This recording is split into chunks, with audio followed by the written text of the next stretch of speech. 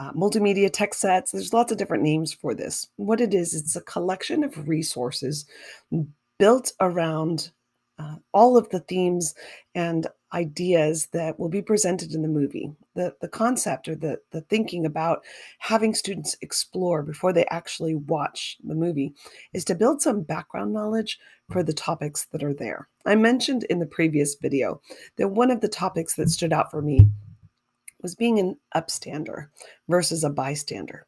So you can see in this corner here, there are two resources for students to explore. What is an upstander and 10 ways to be an upstander.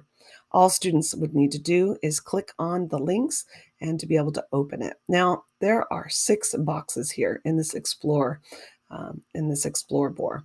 board. And on the teacher's guide, I recommended days 2 and 3 be spent just on slide 3. Now, you can do this in any way you like, but my recommendation is to go slow with this. Sometimes I use this slide and I ask students to share a computer or get into partners while they're doing this. This way, it gives them an opportunity to discuss some of the things they're seeing, reflect together. But I also want to be very sensitive to students who might be emotional when they're watching some of this and might not want to be doing this with someone else.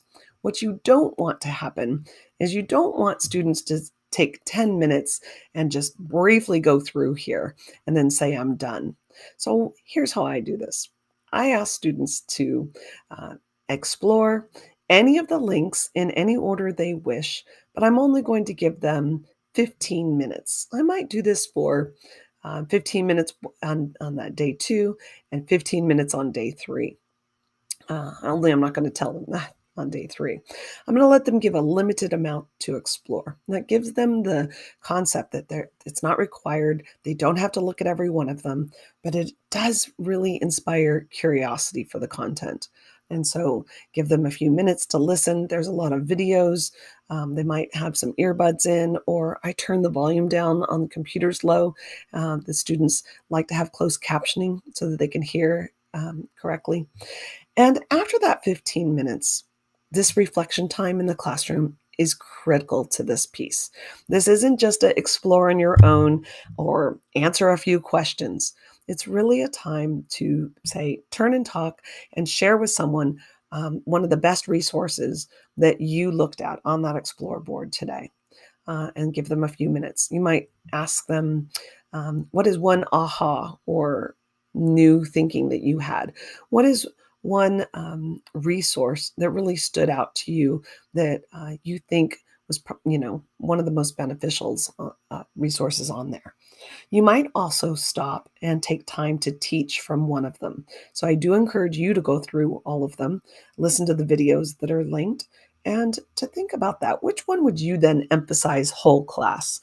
Maybe it's from the upstanders or how to have a conversation. This is a really amazing link from Seize the Awkward. Or it's totally up to you. Now, you are free to edit any of these resources you like. All you have to do is go to your copy and take out the images and change the links if you have anything that you think is more effective. Do note that this is a playlist of 3 videos that come from Seize the Awkward. And so I would always mention that to kids that there are 3 videos in that actual square for them to preview. And they'll show up right there. All 3 are on the side there. Just a little tip. So as you're going through this, let those discoveries happen. Maybe a student will discover that and share that with the class. So taking your time with this, days 2 and 3, not to rush this. This is that. Building those background ideas and schema for what they're about to see, just so that there is, the highest level of comprehension and understanding as they're watching the featured film.